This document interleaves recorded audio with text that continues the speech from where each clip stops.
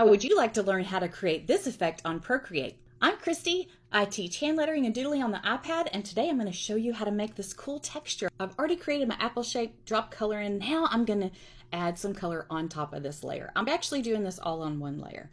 And so I'm going to make sure I have my brush selected. It really doesn't matter what brush. I'm using monoline all the way to the biggest size. I have a yellow color now that I'm just going to add right here. Just going to add yellow, which might seem weird, but that's what's going to help it blend together and make it look dimensional.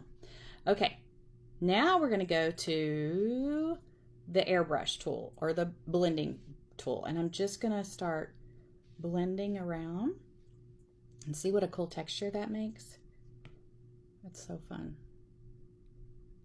And that's it. That's how you use the blending tool.